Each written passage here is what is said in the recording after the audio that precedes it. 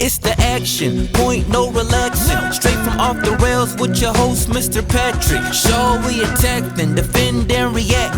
Calculate the damage, then resolve in a snap. Facts with this here and ember blade, leave no witnesses. I just close the combat chain and we winning this. Listen, this a blaze, we ain't going scar for scar. And I'm feeling like a hero, we ain't going card for card. It's the action, point no relaxing. Welcome back to The Action Point. I'm your host, Patrick Shaw, bringing you the best interviews in flesh and blood. Today, we have a man who quickly became the must-have guest in the Fab Pod space. He is 104 in constructed ELO and 61st in limited ELO. Holy crap, Easton. That is pretty elite stuff. Easton Douglas of Team Ascent with us on The Action Point. Easton, thanks for coming on. Thanks for having me on. Honestly, I hate to hear you list out my ELO like that. The swings are big in this game, you know. I was once, top 30 or so in both of those, but, one bad tournament, whew, man, you dropped pretty hard, but still happy to be fighting with the best of them. Well, you know what? I wrote that down thing that was very impressive and as a highlight, but I suppose all things are relative here. But first thing is first. So you put yourself out there. You went in the Twitter space. You said, I have something unique to bring to Fab, to the discourse, and I want to bring it out there. And so, like we were talking just before we started recording, kind of jumped on that. I can appreciate that for sure. But let's tell the people who you are, what brought you into Flesh and Blood, and drop some of those stats for us. Sure, yeah. So, like you said, kind of reached out to the community. It's really just a matter of I want to be more kind of in there talking about the game with the community, getting to know some of the awesome people. I've met so many incredible people playing this game so far in just such a short amount of time, and I want to kind of expand that even more and just have good conversations about Flesh and Blood with really passionate people about the game. Yeah, in terms of my accomplishments within the game so far, I did top 8 U.S. Nationals, the second one. That was really cool. That was my kind of big, I sort of claim to fame. Quickly dispatched in the quarterfinals to the tank dash that Jacob Baugh brought. But that was just an awesome experience. I got top 32 in PT2, got 36th place in PT1, so pretty consistent performances there. Finals appearance in a battle-hardened, semifinals appearance in another battle-hardened. It was a really good year. I was really happy with my results. I kind of fell off a little bit in Worlds. I did make day 2 with an XM2 record, and I was pretty happy about that. But then both the draft and my blitz rounds did not go really great, and hence why you see the drop in my elo, which is tough to see, but whatever. The results will speak for themselves, and I hope to have a really good year in 2023. Excellent. Now you have how many PTIs have you accumulated over this 3. time? Yeah, I wish it was 4. I wish I had. I was so disappointed when I got 36th place at PT1. Just barely didn't break that threshold. Cut there. Yeah. Yeah, exactly. So, but no, I'm proud of the 3 PTIs that I have earned. Excellent. So, Easton, you're an elite player on your own, but you are part of Team Ascent. The team is easily recognizable in events with your colorful jerseys, but Team Ascent isn't usually talked in the same conversation as high-profile teams like Team Dragon Shield and the Wolfpack. If you could, let's peel back the curtain on Team Ascent. Tell us about the team, how it formed, and the members in it. Sure. Well, so first of all, we're getting a jersey update, and instead of big flashy jerseys, it's going to be something kind of like this. A little bit more scaled back. We do have a new sponsor now in Min-Max Games, which we couldn't be more thrilled about. And with that comes some new jerseys. So look out for a little less flashy, maybe a little bit more kind of reserved and classy, I'd like to say. But I'm looking forward to it. Team Ascent, it's been an awesome experience from the start.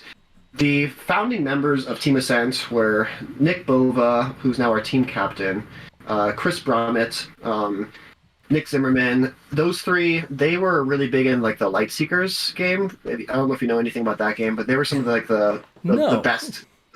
I don't either, so don't ask me any Okay, questions. all right. I was like, you know what? It's funny. not to cut you off, but No, go for it. one of the things in the last year of meeting people and interviewing them is like where they're coming from, and it's always different games. But Light Seeker is one that I have never heard of. A lot of Legend of Five Rings, some StarCraft, things of that nature, but that's a new one. Well, they were like three of the best players in that game. That one did not survive as a TCG, unfortunately, as so many have kind of fallen by the wayside. But so they were three of the members, and then we had John Sidek, who top-aided the first U.S. Nationals. Super talented player. Sounds very familiar. Yep. That guy is super talented. We're just kind of hoping and anticipating his return to the game. Mm-hmm. He's been taking some time off, but if he does, he's going to take it all by storm. Ian Carrico, Michael Lau, who's Josh Lau's brother, and myself. So we were kind of like the founding members that kind of created the team and the name and whatnot. And then over the course of time, we've picked up all these incredibly talented people, people like Mo Bogsley, Dagan White, Brian Lorenz, lots of awesome locals in the Colorado scene that are kind of up and coming. You might not know their names right now, but you will in the future. And most recently, we had this merger with MinMax Games, and we picked up several more players there. And I really couldn't be happier with the roster that we have right now. I think we have like 10 active players, and then like 2 more in the wings. That are not actively playing right now, but super talented. And when we're testing and when we're talking about the game, I feel like there's a lot of growth, and everyone has a lot to offer. Everyone specializes in different heroes, and I'm just really excited to see how Ascent will kind of perform this year. And I expect that by the end of 2023, we will be more in kind of the public consciousness than we are right now. Excellent, and that was a very well thought out introduction to the team. Now, based on their own comments, I would like you to rank their attractiveness, if you could, in descending order. Oh man, that's really throwing the hard-hitting questions at me, huh? This is what you get when you join the Action Point. You don't have to do that. You don't have to do that. Those are some. Let me give you just a little bit, okay? I would say at the top you got Levi's hair. Okay. Levi has glorious, wonderful hair. So that's the top, right? And then you have like a whole slew of beautiful human beings on the inside and out. At the very bottom, I would say you have Mo Bogsley's Lightning McQueen Crocs. Yeah. That's like bottom of the barrel I right there. I don't know. I've been entranced by those light up Crocs walking around bad convention centers. I will say this though: if Dagan White is wearing his champion belt, then he jumps to the top easily. Yeah, not even close. Hear that, Dagan? You keep the belt on. Okay. Yeah, oh, he does. He brings that to every single event. He takes that through like flight security and stuff. It's like this big, huge belt. It's awesome. Excellent. Yeah, Dagan in particular has been making some waves in the competitive scene lately. Taking the Dev Challenge. He's been wiping the floor with Oldham, like just before the Banhammer came. Put the guide out on his Patreon there. Mo Bogsley on the in the Battle Hardened with Prism taking second place.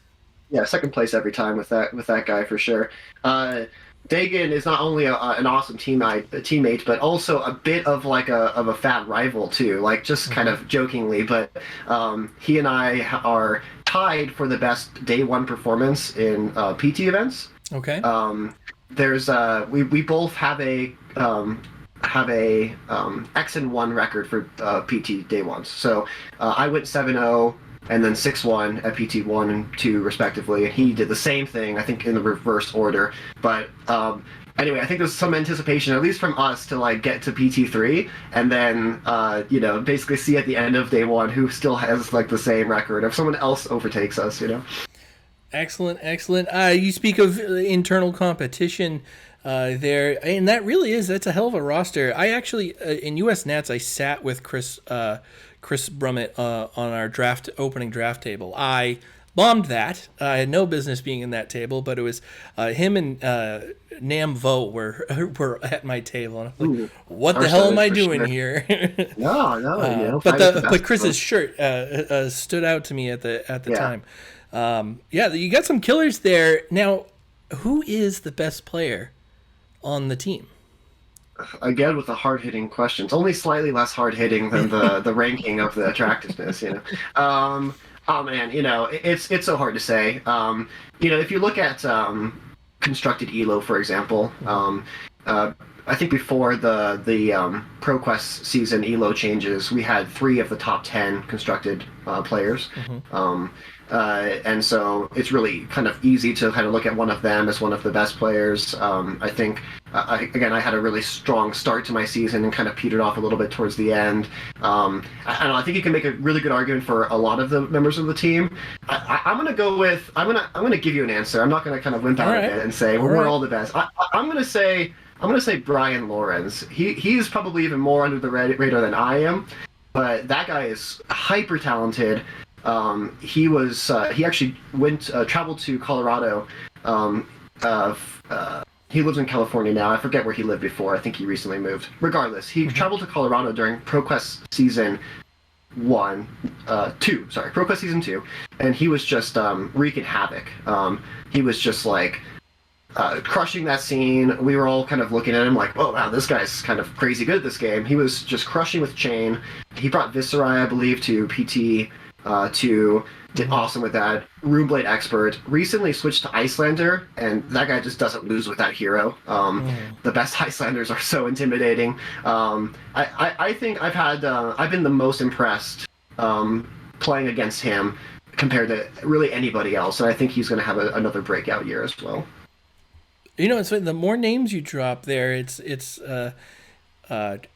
it does seem like there are some really well-known names there. I don't think they're necessarily the first thing that comes to mind is the tie to Team Ascent, but you definitely have you got a bunch of killers on there. That's fantastic. Lorenz is a name that I do hear a lot when you're talking about top 8ing of on these events here. I think he's currently top 15 constructed ELO right now. Top 8 U.S. nationals along with me. Yep. Just great performances, constantly in the top 32 of these events. Yeah. Now you showed off your Min-Max Games hoodie. The team you had mentioned is newly sponsored by Min-Max Games, a staple in the community at this point. What's the relationship like with Team Ascent and Min-Max Games these days? Yeah, so it's very new. We only recently got sponsored by them. We couldn't be more excited to be sponsored by them. And so far, our experience has been amazing. We had kind of our first event where we got to interact with them as our sponsors at Indy. And man, they were so kind and accommodating, and anything we needed, they threw it all at us. I mean, we got there, we were like, "Hey, just came here to meet you," and they're like, "Here's a playmat, here's a hoodie, here's these sleeves, what do you need? Like, do you need cards for your deck?" I was like, "I need this one last foil to finish out foiling out my Lexi deck." And he's like, "Yeah, I got you. Just hand it to me." He's just really, really awesome. But that's kind of one thing. The kind of perks of it is one thing, but just as partners and as people who are working with and helping to grow our brand, as we can hopefully help grow theirs, it's been a complete joy, and I can't wait to continue with that partnership. Excellent. Going back to kind of the competitive aspect of the team, I'm always interested in a team's testing routine.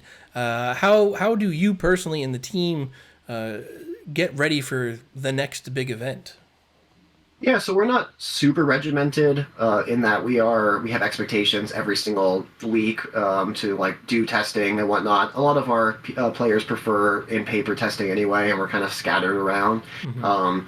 But as we ramp up to a bigger event, then there's going to be a sequential ramp up in our testing, and then it becomes very active. A lot of discourse back and forth.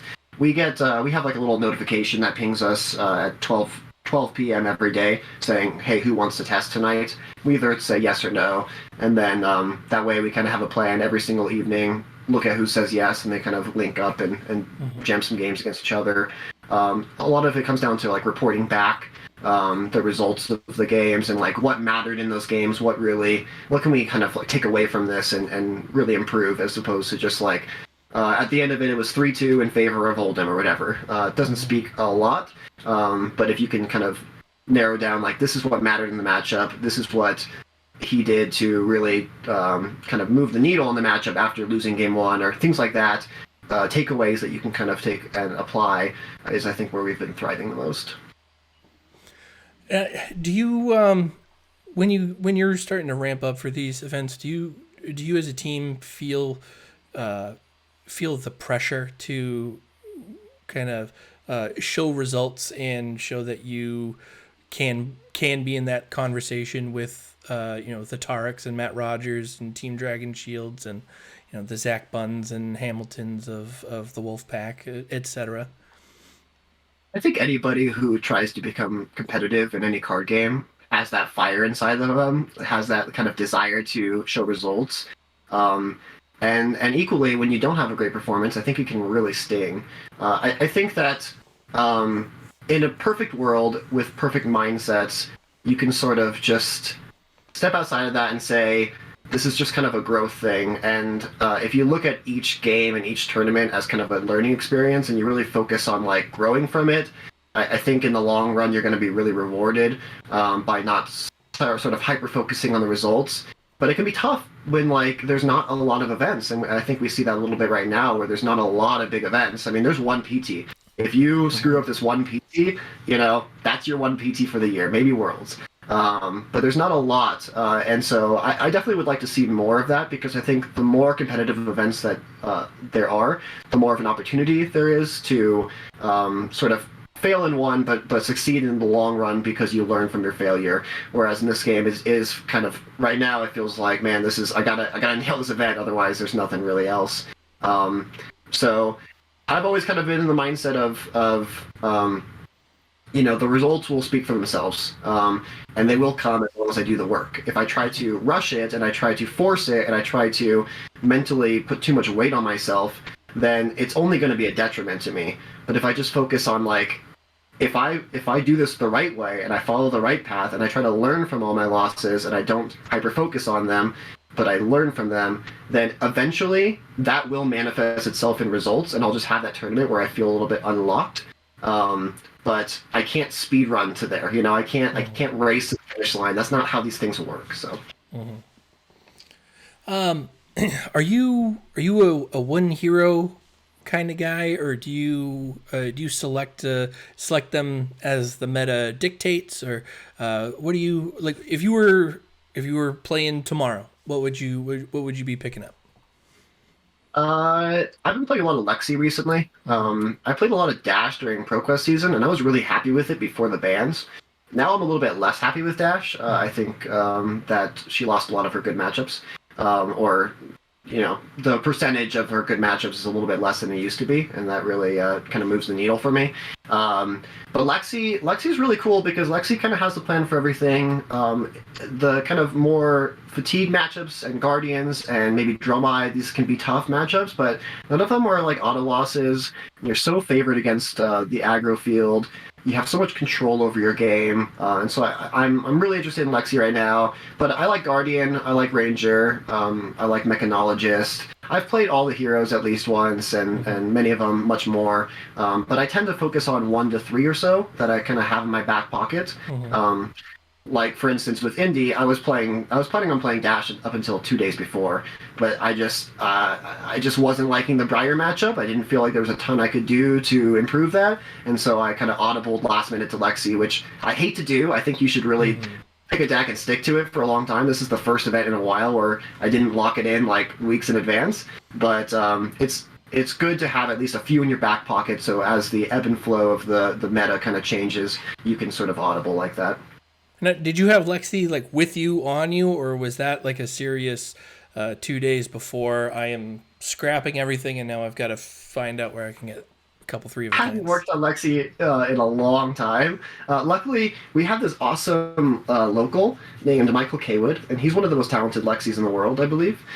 He's won 2 Pro Quests with the hero. He actually defeated me in this last Pro Quest season. I was on Dash, and he was able to take that game. Actually, it was super epic. I set up a magnetic shockwave to kill his New Horizon, and he but he had kind of a life lead, and he came back and kept his composure even after losing basically his hero power and won that game. He's super talented, so I pestered him with a million questions on kind of what is Lexi doing in this meta, and then I kind of combined that with my knowledge that I had built, because I did play Lexi in Pro Tour 2, and I kind of combined that with that knowledge and came upon a list that I think was pretty good, and it got me to an 8-4 record.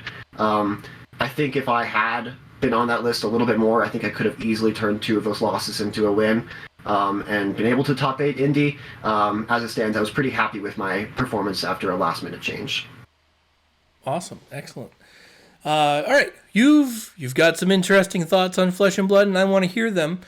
So we're going to rewind to kind of catch up on what your thoughts are on the happenings in the last month or so here. So let's rewind to the Banned and Suspended announcement. What was your assessment of the meta and before the Banned and Suspended announcement? What you thought? What did you think was needed? And when the announcement came out, what were your thoughts on what was banned versus what you would have liked to see?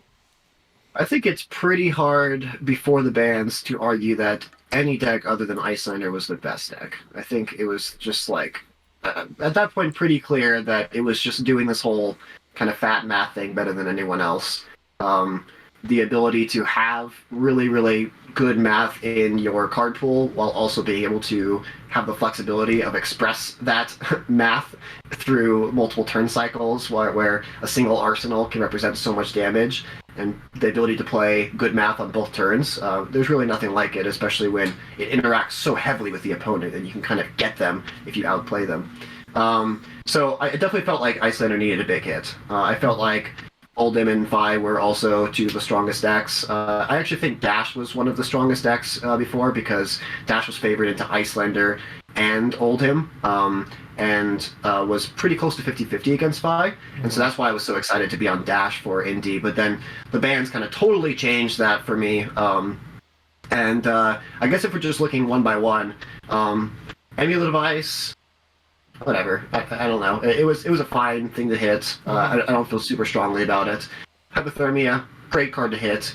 Icelander needs to be weak into certain matchups, and the decks that were most poised to be good into Icelander were Dash and Dromai, and Hypothermia was an awesome tool against both of them. Icelander was also a little bit overkill good against decks like Briar, and so removing a tool in that matchup also kind of levels the playing field. Now I think that Dash truly checks Icelander, which is it's nice that Icelander at least has one kind of like legitimately bad matchup. I don't know if I believe that Dromai's actually bad for Icelander, because you talk to good Icelanders and they're just like, yeah, I'm like 10-0 against Dromai. So I don't know. I feel like it's probably very skill intensive, but maybe not as bad as people make it out to be. Belittle, I hate that ban. I really hate that ban. I think especially when you keep Channel Lake Frigid. Channel Lake Frigid was kind of top of my list as a card you could take that hits both Oldhim and Icelander, which I think both deserve to be hit a little bit. But you keep that and you like take away Belittle. I don't know. Belittle's really cool. Belittle is the kind of effect that I want to see more of in this game, and instead of adding more, they remove the only one. If you add more, then you don't get as much kind of homogenization in the game, where everyone's just running their 3-power threats. You add more effects like that, where you can actually create these really big hands, or just like put cardboard into your hand. It doesn't matter what the cardboard says. If you can put a ham sandwich in your hand and it represents a card, then you can do things with that. You can tuck it with E-Strike. You can whatever. You can use that as your pitch. So I think that was terrible. I love that card, and I think I would love to see more cards like it. Was that it? Oh, Winter's Wail, probably the most relevant one. Winter's Wail too. Yep. I'm an Oldhim main, and when I first started playing the game, it was like 2 weeks before Tales of Aria hit, and I saw Oldhim. I was like, yep, that's the one for me. And then I played him early when no one thought he was good, even though he was. and I have played him ever since. Only recently kind of moved off him onto Dash. And man, I'm not incentivized to go back with Winter's Will gone. I love that card, and I don't know if I could stomach it. I don't know if I could stomach looking at that Titan's Fist and being like, yeah, I guess I'll come in for 3. The first time that happens, I'm off it, you know. The Uber fatigue plan doesn't appeal to you right now. The life gain stall out archetype isn't your jam. No, definitely not. That deck is not flexible. No.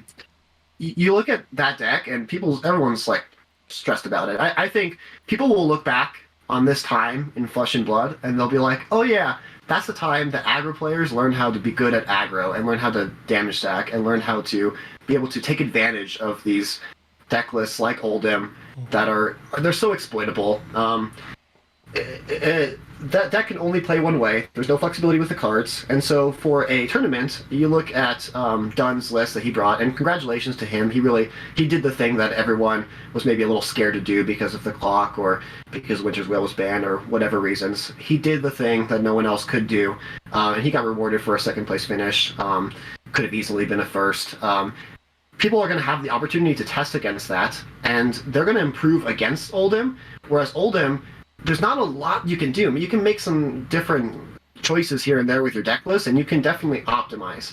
I believe Charles Dunn played pretty optimally that whole weekend, and I think people are going to get a lot better against it, and they're going to learn how to exploit that, and I think we're going to see that fatigue Oldhim drop off. I've been wrong before, but that's what I predict. I do want to go back real quickly to something that you had mentioned. Now, I know there are a lot of competitive-minded people that'll be watching this. Also, people in the beginning stages. You mentioned damage stacking. Yeah. Now, help me define what damage stacking is as it relates to what you're doing in the game and pitch stacking and things of that nature. Sure. So, at a baseline in this game, you draw 4 cards a turn, and you can look at those 4 cards and you can say, I'm going to put them together in X, Y, and Z way, and I'm going to acquire a 12 damage, 13 damage, 14 damage turn out of it. And you can do that, and then you can draw it back up to 4, and you can run that play back, and you can do that all the way until you're fatigued or they're dead. Or you're dead. Or they're fatigued. Who knows? Anything can happen. But decks like Oldhim, where you have the power of Crown of Seeds, and on any given turn cycle, between equipment blocks and being able to Crown plus Shield to be able to block extra damage with your arsenal, D-reacts, all these things can help Oldhim get to about the 12 to 15 prevention kind of level. And Oldhim's not getting fatigued by almost anything. And so if you play hand-to-hand, and you're just kind of presenting even upwards of 16 damage, you look at Redline Briar days, they're just very consistent, 16, 16, 16, 16. Even back then, I was on Oldhim and I was fatiguing Briars because, well, you know, maybe I wouldn't have if people were better at damage stacking, which is basically using tools like permanence, your arsenal, and the power of pitch stacking to set up Omega turns, or whatever you want to call it. Turns that really go beyond that 12 to 16 damage life threshold, and get into the ranges of, I mean, you can get as high as, I was playing a game as Lexi the other day, and I pitch stacked a double 3 of a kind, double Rain Razors, double Art of War turn against Oldhim to finish him off, and it was a 42 damage turn. And you can do that pretty easily through just pitch stacking. If all they're doing is sitting back and saying block, block, block, then you say, cool, I'm going to like attack with some of my blues here and there in first cycle. I'm going to play an A-pot here. I'm going to be pitch stacking these crazy cards. And then, you know, you track it, you get it set up with your arsenal, and then you do some sort of crazy power over the top thing. And there's nothing they can really do to stop that. Hypothermia, something, that a tool they don't have anymore. Ice React can try to prevent it. They have some tools, but there are ways that you can, again, utilize your arsenal to create 5-card hands, utilize pitch stacking to create sculpted 5-card hands, and you can even hold cards at the end of your turn to sculpt that way. It's less efficient and it's hard to do it, but there's a lot of ways that you can kind of, depending on what aggro deck you are, that you can kind of I don't know, raise your damage output, and basically do this with your damage output. Like your off turns, you're trying to present somewhere around like 9 or so, where the best they can do is if they take 0 damage, come back with a Winter's Wail. Well, these days, an ever warm hammer, which isn't going to do much. But you keep them off of like things like CNC and Spinal Crush and things like that. You want to make sure you punish those. So if they're gonna buy those cards with their life total, they're going to do so and take 3 to 6 damage on your off turns. And then you can use that damage that you confirmed to your advantage to get up to that 40 damage life total threshold. I'm getting a little lost in the weeds here, but the point is like you're doing this with your damage threshold, with your damage output. The highs you're converting a lot, the lows you're not getting too low so that they can't buy a big turn. Thank you. Sorry for that. No. The top, but you're good. Bringing it back to the ban suspended. Now that the dust has had a chance to settle, you mentioned that you hated the belittle ban, but is the meta in a good place right now? Post ban, or is there more to be done? Yeah, I'd say it's really early. I think the bans were a little heavy-handed. We hadn't seen a whole lot. I think you could have taken down Icelander or Peg and then not much else and just kind of see where the dust settles. Because we don't have a lot of these competitive events, like we don't have an opportunity to test stuff. And as much as people want to point to 5 Oldhams in the top 8 of Indy and say this is indicative of a bad meta, that just doesn't tell the full story whatsoever. Things break a little bit different in those final rounds, and we could have had almost 0 Oldhams just as easily. And you gotta in a game like this where you have so many tools to counter act some of the powerful things happening in the format, you got to give it time to evolve a little bit. So I hope they are not going to be super kind of ban happy moving forward. I would like to see a little bit less action taken, give the format a little bit time to play out. And I mean, if you're going to have this living legend kind of thing kind of looming over, it doesn't really make sense to, like, as soon as something gets a little bit too powerful, like, pull it back a little bit. Like, let it get there naturally, or don't have the living legend format or rule set where things do expire when they have too many wins. But yeah, I guess that would be some of my general feelings. Well, what about you? What do you think about the bans? Do you agree with kind of some of my sentiments, or do you have any places where you kind of disagree? I think Phi took too big of a hit. I have been on the ban belittle train for okay. I think actually probably for about a year at this point. Okay. And my biggest gripe was that it's the best card in every aggro deck. And it kills me that we got, especially in Phi. I'm a flavor guy, right? I want my Draconic Ninja to have a bunch of Draconic Ninja cards in it and have fun playing that. And then you get your Katsu, Briar to an extent, depending on the archetype. In Phi, your best card is a little mean guy that grabs a resource card. That's it's a generic, and that always just like bothered me. And I do believe that there was some homogenization of what an aggro deck looked like and what was meant to be while Belittle was there. Enter Ice Heroes, right? And I think Belittle, with the access to Minnowism, became a necessity. And like you, I always thought that Belittle Minnow and Channel Lake Frigid were on just opposite ends of the force that created the balance for one another. I've never been a huge fan of Ice as it is anyways. So any weapons to kind of counter that, I've always been for. So when it came down, I was not ready for it. And I don't think the meta was ready for it either. And I think it was the wrong time to do the right thing, I would say. I don't know. I'm not a big fan of Ice Heroes, which leads us to the next question. I'm not a fan, but I think that's just because I'm an aggro guy in general. But even in my play experience, I love playing games of Flesh and Blood, except when I see an Ice Hero in front of me, because I've never been a big fan of not being able to play the game. right? Yeah, If we go to like Magic the Gathering, like blue control and counter spells have like a tangible psychological effect on your opponent. Like if you're there, and I was a big commander guy, right? So I come with my big dragon deck, right? And what I want to do is ramp up and play big dumb dragons, and that's what I think of as fun.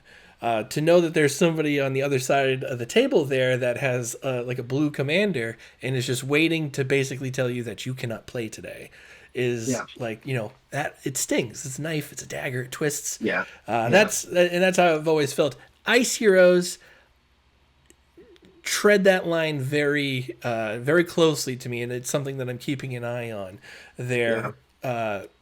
The big difference between Flesh and Blood, something like Magic with the counter spells, though, is that there is. So I talk about the tangible, like psychological damage that could have. Counter spelling, saying that you cannot play, as opposed to being able to put your cards down on the playmat and say that you have in fact succeeded in playing these cards.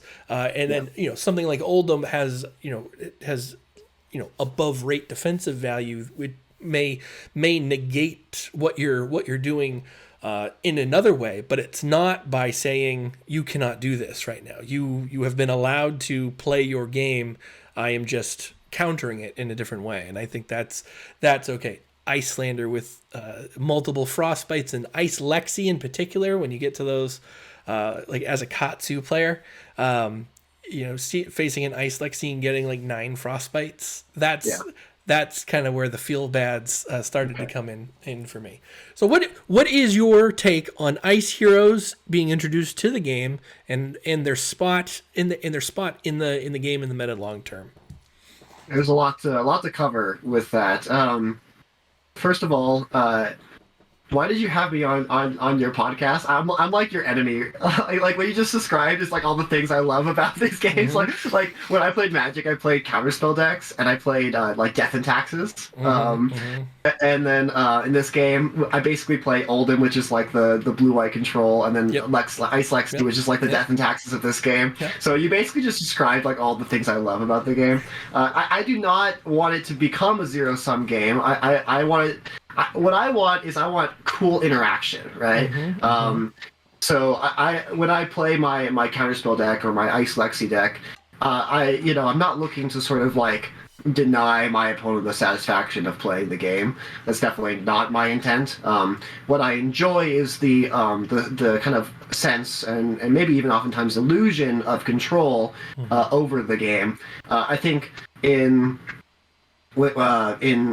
Flesh and Blood, there's like some pretty polarized examples of this. When you're playing Ice Lexi into an aggro deck, and Ice Lexi has like begun the ice lock, it feels like you're in like this icy prison for just like turn after turn. I've had so many games against Runeblades and even Ninjas where I'm just like, they never get a turn. They just.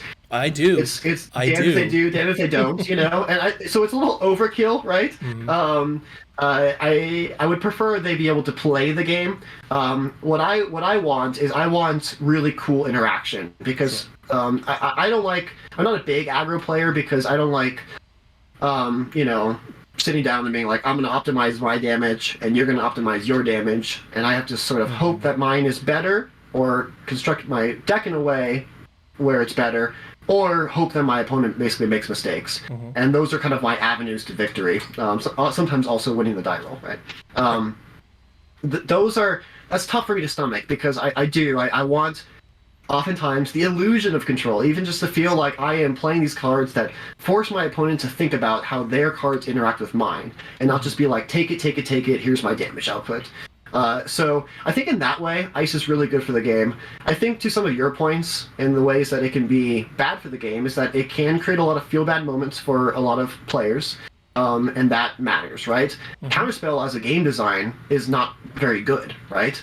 I do my thing, and the only thing that my thing does is say you can't do your thing. Like, what? Right. that really only rewards people who have the desire to sort of like shut people down and not enjoy seeing the game expressed through two decks interacting with each other. And so I think there's a lot of Ice right now. Having 3 powerful Ice heroes in the game is like pretty crazy when you look at some other heroes that are hardly represented. One mechanologist with no specialization, for example. I love the design space of Ice. I'm very biased. I really enjoy it. I would love to see more ways to interact with each other that isn't just ice interaction, because so far that's kind of revealed itself to be the best way of kind of controlling the game or having any kind of a tempo or control strategy. So I don't know if that covered all of your points, but I apologize for being the bearer of bad news. That I am the person you hate. I am the person sitting across. Well, he said thanks for joining the action point today. Yeah, here. exactly. Well, never coming back here again. I think you might change your vetting process a little bit more before you invite the next guest. You know, I get for jumping on the first opportunity here.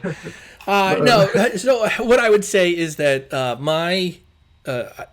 in my opinion, the purest expression of what Flesh and Blood can be in a game is any of the 4 Welcome to Wraith heroes. If you pair them together, there's something unique to those 4 heroes in particular that I don't think LSS has been able to replicate since, and attempted to with Arachne, and I don't think they hit the mark. They did not hit the mark with Arachne quite, I think, in the way that they would have liked, but I think it speaks more to where the game is right now than necessarily that hero. But if you look at Reinhardt to a lesser extent, but things like barraging beatdown and like pulping kind of speak to kind of my point there, where if you look at like Bravo, Dorinthia, and Katsu, inherent in either their hero abilities or their overall game plans, they ask your opponent to engage in a decision on a near constant basis, right? The game plans hinge on interaction or being able to gain some some incredible advantage if your opponent lets you kind of go through and do things. Especially Bravo versus Katsu is like my favorite matchup to watch, to participate in on both sides, to play. But that is one of those things where you have to weigh whether or not to stop the Katsu ability and how to block on that end, and whether or not to respect the additional buffs to that. And Katsu has to respect, with minimal armor, have to respect the crush effects, and whether or not, what your turn value is going to be, how many cards you're going to drop, if you've sideboarded correctly and had the, have the reactions in arsenal. But, if you're playing the game like optimally. But both those, that matchup in particular, both opponents and heroes will be constantly interacting with one another, and it really, I think, is like a shining example of like what Flesh and Blood can be.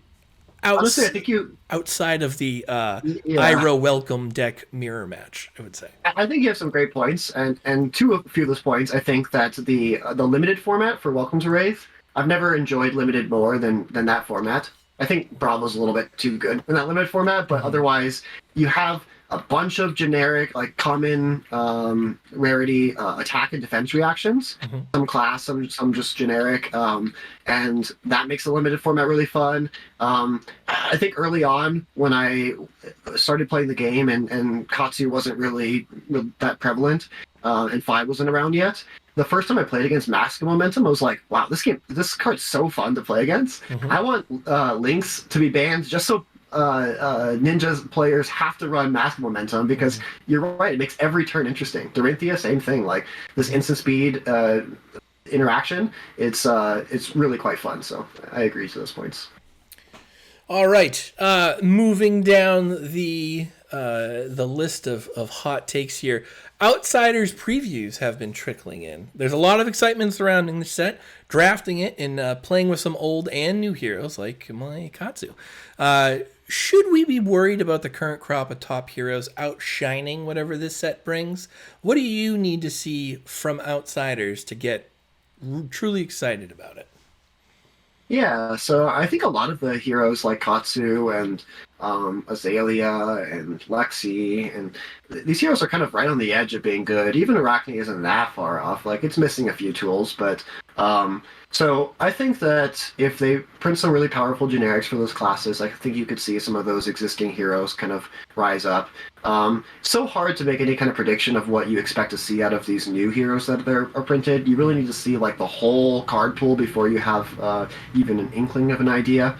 I think kind of on a previous point, the more I see cool ways to interact with your opponent, and the cards don't just say like, put me together with other cards or other effects or your hero power or whatnot to produce high damage output. Like turn me into a 0 for 4, 0 for 5. Right. If a card says that basically, tantamount to that, then I'm not as interested.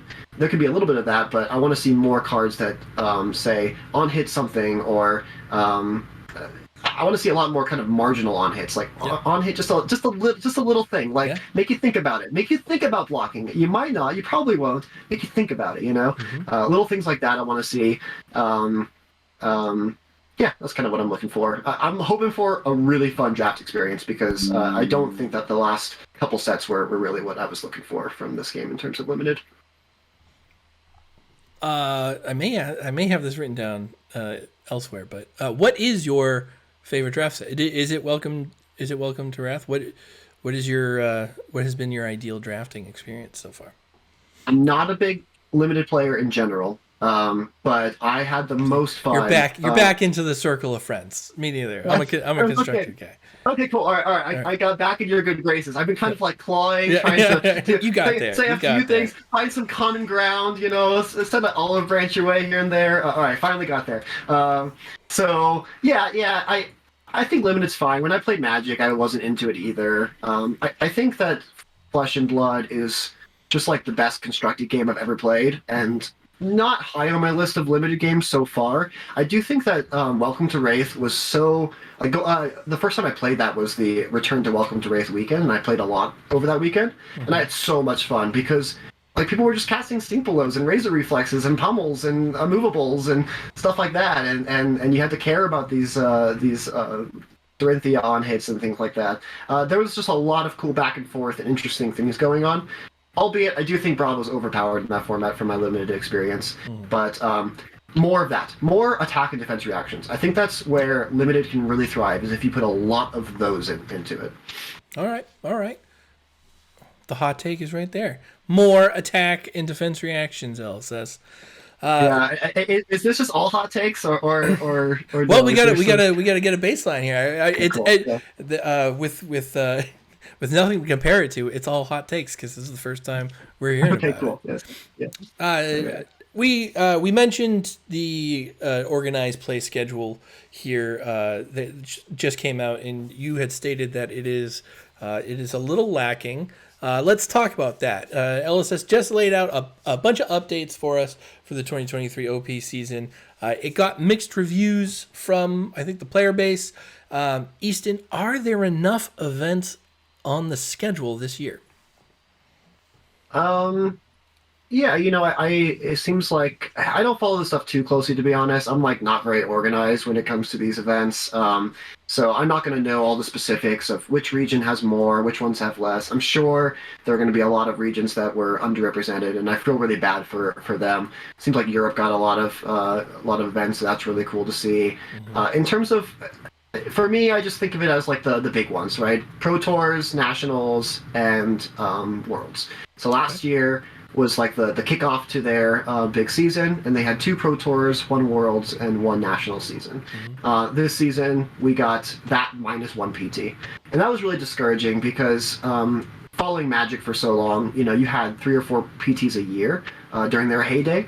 And so for me, I always thought of it as like a once a quarter kind of thing. Now that's overkill for a new game like this that's just kind of developing and growing, and I can see that. But I think that to take a step backwards from 1 PT to from 2 PTs to 1 PT, that was a little bit sad to see. And I would love to see them up that back up to 2 PTs after for next year. So.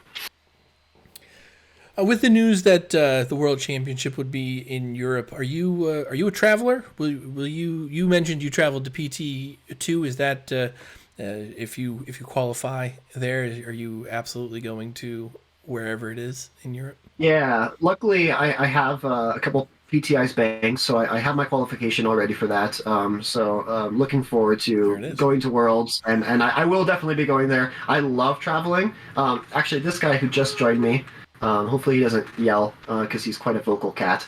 But he's old and he has some extra needs, so I can't travel as much as I'd like to.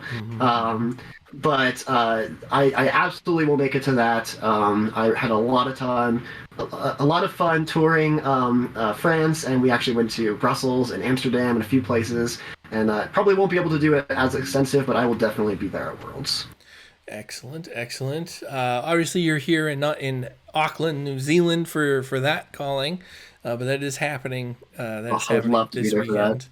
Yeah, I'm so jealous. A lot of friends in the game playing there right now. Did you get a chance to look at the venue? I know that they moved things around because of the storm, but it's like it's in like a traditional theater, and the stage is where the players are playing. But I'm so jealous. you still have all the seats in the back. It's great. My hobby growing up was theater. I did a lot of theater in my teenage years. And so, definitely seeing that big theater space took me back, and I was very, very jealous of everyone who's there. But kudos to them for finding such a cool venue, and I hope people just have such a fun time this weekend. Now, I'm very excited about this because for the first time in my new life, I'll be able to go a bit off the rails. Theater, let's talk theater. I love a little theater. What is your favorite production that you've been a part of?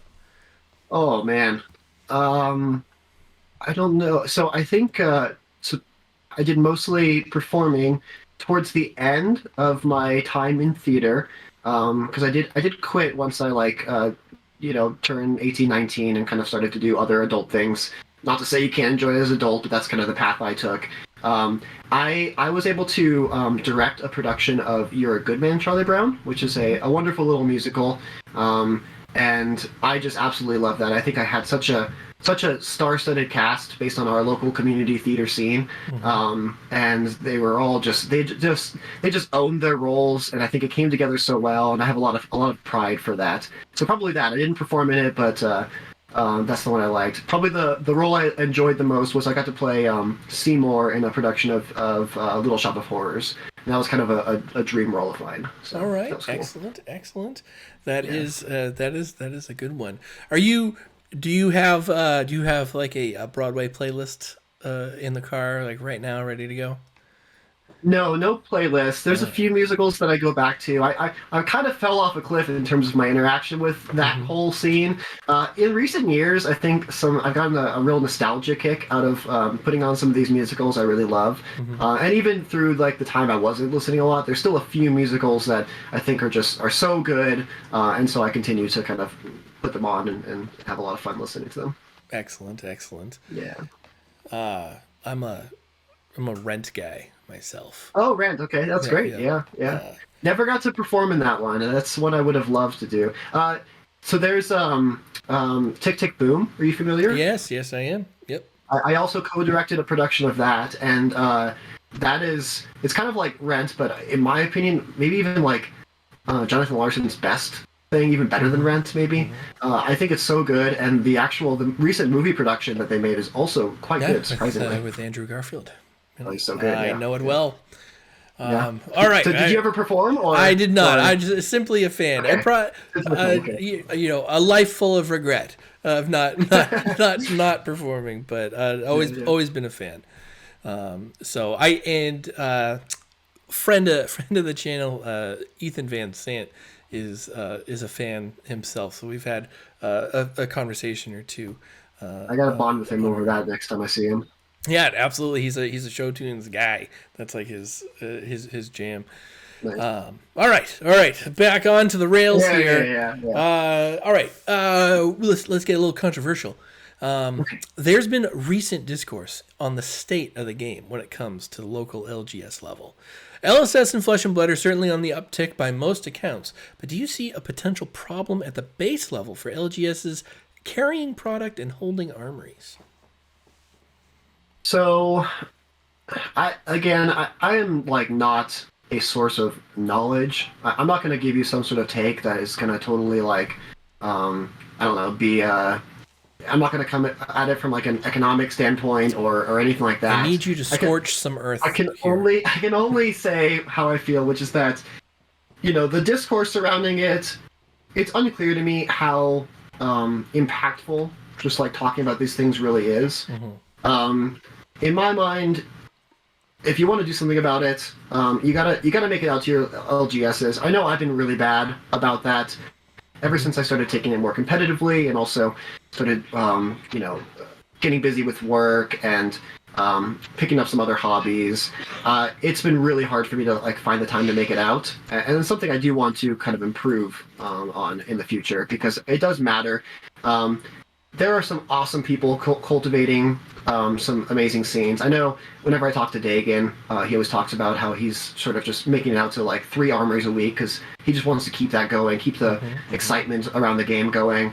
Michael Lau, who I mentioned earlier, one of the founding members of Team Ascent, he's done so much for the Colorado community, and there's a lot that have, but he stands out as just constantly there at the armory. It's just like improving the players. And so, yeah, we can talk about it all we want. At the end of the day, what's really going to matter is if these players that are so passionate that they're taking this game seriously to the level of being competitive in it, go to these armories, teach a lot of people how to improve, and have a lot of fun. In terms of kind of like what I see, Colorado scene, definitely thriving. This last ProQuest season, higher numbers than any other ProQuest season.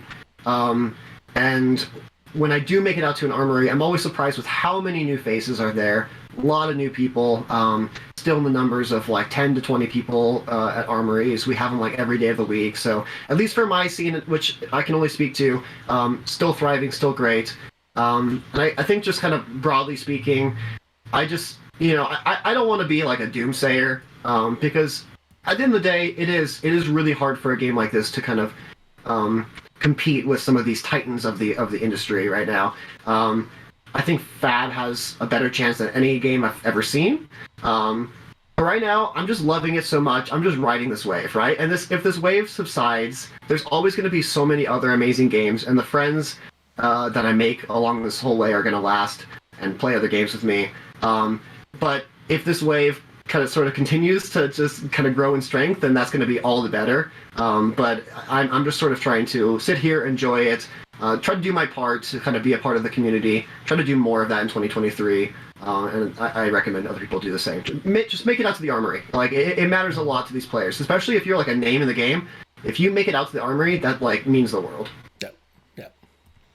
I am uniquely terrible at making it out to my armory, but hashtag FabDad. What can I do about it? Do as I say, not as I do, because I've been really bad at my attendance, but like it matters. Same. All right. Are you ready for PvE to be released? Yes. I really enjoyed Commander in Magic when they did the what was it called? The Brawl, or what was it? Their attempt at Commander, LSS's kind of early attempt. Ultimate Pit Fight. Ultimate Pit Fight, yeah. It's still around. It's still around. I should have played a game. I felt like that was a little bit too much of trying to make it kind of feel kind of Commander-esque when Fab needs to do its own thing. It really feels like this is it. It needs to happen soon. Yep. That's the best answer I can give you for your previous question of like what's going to grow the scene. You gotta give a really good casual format, because right now, Flesh and Blood is a very, very, very competitive game. Even at an armory level, it's very competitive, and we gotta find an outlet for people who just really love the game, because there's so many of them who just love the game but aren't trying to be competitive, and that's going to be it. So yeah, I'm very excited. Not even so much for myself. I'll definitely try it. I'm into it, but not even for me. I know it means so much to the community.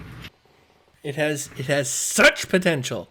Yes. I am just ready. I'm ready to grab a hero and put basic equipment down and fight some evil doer and get to upgrade with like a piece of legendary equipment and feel like I won something. It's gonna be awesome. It's gonna be. I am also ready for it. All right. We are going to just kind of throw some things at you here as we round the bases to home. What is your career highlight so far? Oh man, I would say. I mean, it's hard not to just say top 80 nationals. That was such a big thing for me. The amount of relief that I had once I realized I was a lock was just crazy because I had so many close calls in Magic where I could have had like my first big finish and just like always didn't quite get there. So that was a really big win for me, and it kind of gave me the momentum to continue feeling really really positive and motivated about the game. So definitely my highlight would be that one. Excellent. What is your favorite match that you've played in a competitive environment? I think I'd have to say my semifinals game against teammates and honestly my number one testing partner through all of 2022, Chris Brummett. This one takes just a little bit of backstory, which is that, and this was for Battle Hardened Denver. So I'm from Denver, or I live here, and actually the Friday before, well, the 2 weeks before was kind of a rough time for me in my personal life, and then the Friday before, the Saturday where we played, I got into a really serious car accident. Went to the urgent care. They said I had a concussion. They told me I really should not do anything that requires a lot of mental fatigue or that has a lot of mental fatigue. And I said cool. And then the next day I went and played in the Battle Hardened. You got in a serious car accident and dragged your ass into an urgent care? Yeah, of course. Right. You gotta get checked out. Gotta make sure. As opposed to like a hospital? A little more high quality of treatment there? Oh, yeah, I don't know. I've always been pretty bad at taking care of myself, if I'm being completely honest with you. All right. As evidenced by the fact that I did decide to go and play in the Battle Hardened the very next day when they advised me to do the opposite of that. Okay. That whole day was kind of a blur, to be honest. Like, I mean, it's probably why you walked into the urgent care. Yeah, it could have been because I had a concussion the day before and was still reeling from that. But I did pretty well. I top 8'd. I was able to. I blame on the concussion that I put blue disable twice instead of disable and debilitate. So I got an IP3 penalty in my quarterfinals match against Majin Bay. But I came back and won with the IP3 penalty in my quarterfinals match. Very nice. And then, so the match that I'm kind of talking to, after all of that, and I'm just so fatigued at this point, I played Oldemir against Chris. Mm-hmm. And Chris, I don't know, if you look at our record against each other, it's probably pretty close to 50-50. But I've definitely had his number in the Guardian Mirror for a long time. And he was just kind of desperate to get that Oldhim win against me. And man, he played out of his mind. I think I played pretty out of my mind. It came down to the very last cards in the deck. And it actually came down to the fact that I had preserved one Earth Blue and he had ended up blocking with it. There was an end state where I knew he had one yellow pummel, and I had to overblock several times while also managing my deck size and trying to preserve this one Earth Blue. And they came down to a point where, because we were both on Crown Shield in the matchup, not Sledge, and it came down to the point where he had Crown Shield but no Earth Blue, and then I had Crown Shield and one Earth Blue, and I was able to sort of barely get over the edge here and win the kind of fatigue battle in the end. But that totally just like ruined my brain, and I exhausted all of my mental resources, and I was completely dead for my finals match, and I played like an absolute fool. But it doesn't matter because I had such an awesome game against my teammate, and I really loved that. Excellent. Solid answer there. I had others. You answered those, I think, sufficiently throughout the interview. So we're going to jump to the real low-hanging fruit here. Favorite hero? It's honestly very close between Lexi and Oldhim. I love them both very much. Oldham's kind of my first love, so I think I'd have to go with that. But Lexi's kind of this new thing that I'm just continuing to fall in love with because the lines are so sweet. I love every hero has its thing that it does, and Lexi, I kind of describe it as arsenal weaving, where because you have these two arsenal slots and you can hold one for a long time while still doing your arrow game plan, you can kind of weave your arsenal into like a really cool power turn, or like exhaust your arsenal or like start to kind of refill it up over the course of turns. It's just a lot of fun, I think. All right, all right. Oldham's my answer. Sorry, Oldham. I'm giving pretty labored answers to a lot of these simple questions. Hey, this is the platform I gave you. By all means, use it. Favorite movie? Oh, The Princess Bride. Not close. Okay, all right. Solid answer. Solid answer. Yeah, it's not the best movie. It's not even close to the best movie, but it's my favorite. It's a good one. Favorite non-flesh What's and your blood favorite game? movie? You're asking me all the questions. Yeah, I What's your am favorite the movie? interviewer. Yeah, but you tell me. What's your favorite movie? Man, I got a lot. Well, that's not what a favorite is. A favorite is one movie. Man, a gun to my head.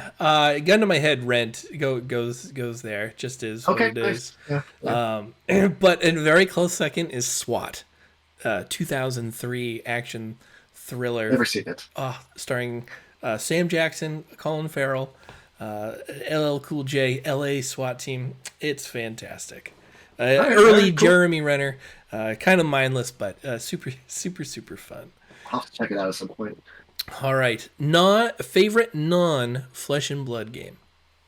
My answer is probably going to be a game that most people have never heard of, which is this old computer game called Heroes of Might and Magic 3. Ring any bells? It Mean does. anything to you? It does. No? It Okay. does. It does. It's I very have old. not played it, but I know Okay. what it is. Yeah, it's like the most grindy, so much to learn, turn-based strategy nonsense game that there is. It's so good. The graphics are terrible. The game is unbalanced. There's so many problems with it, but I love that game to death, and it's honestly quite popular, and it has a pretty competitive scene too. Okay. I never got into that, but I'll always love going back to that game. It's so good. All right. Closing question.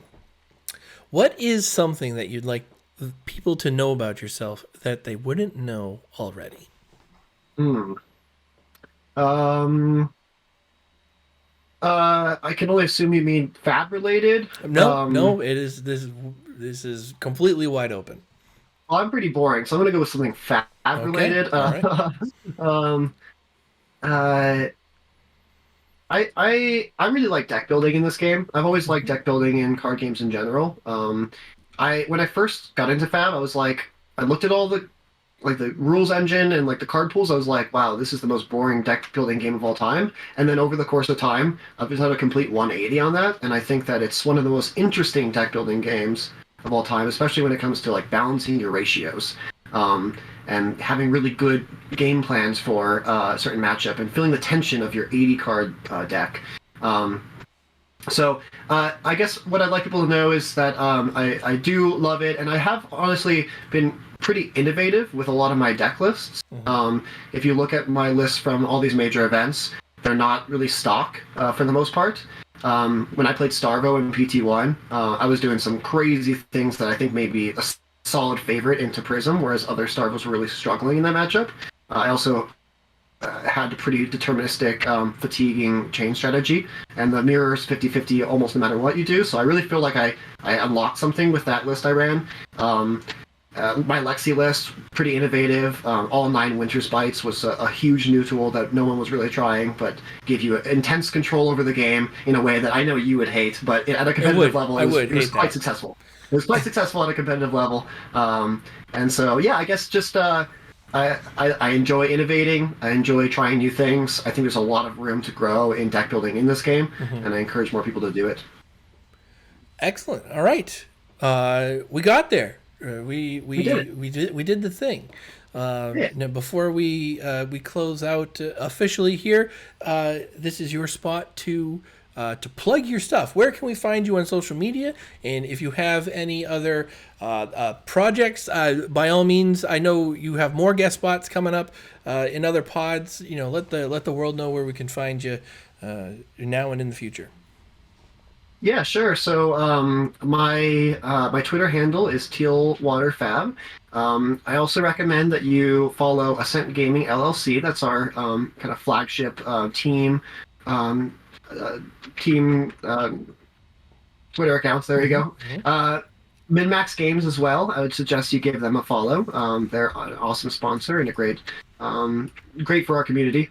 So definitely give them all a follow. Follow all of the people who are on my team because they're all very, very smart human beings. Yeah, I'll be posting on my Twitter for any upcoming podcasts. And I just wanted to say thank you again, Patrick, for letting me on here, letting me offend you with some of my preferences and talk a little bit theater, talk a little bit of fab, and I had a great time. I hope you did too. I did. It has been a blast and a half, and thank you very much for coming on here. All right. As for myself and the Action Point, I got a few guest appearances coming up here. I am going to be recording tomorrow night. I am getting on with Az from Go Again Gaming, Tommy Fresh from Fresh and Buds, and Capolo to do my first ever Ultimate Pit Fight game. Ooh, ever. Fun. So Yeah. we're recording that tomorrow night. I don't know when that'll come up, but that's going to be the production level is going to be up. I know that. I have to record from different angles. I gotta do some stuff, but I am set up for it. I'm excited to see how it goes. I'm running Dorinthia. I am wavering on my build. Part of me wants to run, the life of the parties and the crazy brews just to kind of, have fun with UPF. But the other part of me is like, I want to optimize. I want to be the controlling figure for as long as I can and see what I can do and outvalue. But I honestly don't know how it's going to go, but we'll see. You know what they're going to do? Going to be really competitive, or are they going to be a little bit more kind of fun with it? Well, Az is like the anti-competitive guy, right? So he's on Kasai. I've played his Kasai list, so it's not like you can't help but to be good, on it. And so he's on Kasai. I believe Capolo is on Taipanis. He's on the judge, the adjudicator hero there. And Tommy is on Yoji. Nice. So I don't know what to expect from all of those. Yoji kind of scares me just because Guardians do Guardian things. Yeah. But it's one of those things. I'm wondering how many shunts should I pack. And sacrifice some of the other stuff there, but we got that going on. I will also be recording an episode as a guest on the Big Boss Book Club, which is a UK-based podcast that talks flesh and blood and more, and we are recording, I believe, Saturday night for that one, and that'll be out in the near future as well. All right, you are watching / listening to The Action Point. The Action Point theme was written, produced, and performed by Griff. You can find me on YouTube at Off the Rails TCG. Be sure to head over there and like, subscribe, and click the bell notification to see more content coming out all the time. You can find us on Twitter as well, also at Off the Rails TCG, and you can find myself at Pat Smash Good. And that is going to do it for The Action Point today. Again, Easton, thanks for tuning in. Thanks everybody for watching / listening. And that'll do it for us. Peace.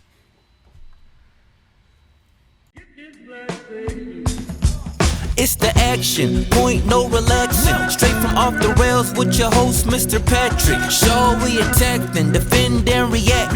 Calculate the damage, then resolve in a snap. Facts with this here and Ember Blade, leave no witnesses. I just close the combat chain and we winning this. Listen, this a blaze, we ain't going scar for scar. And I'm feeling like a hero, we ain't going card for card. It's the Action Point, no relax.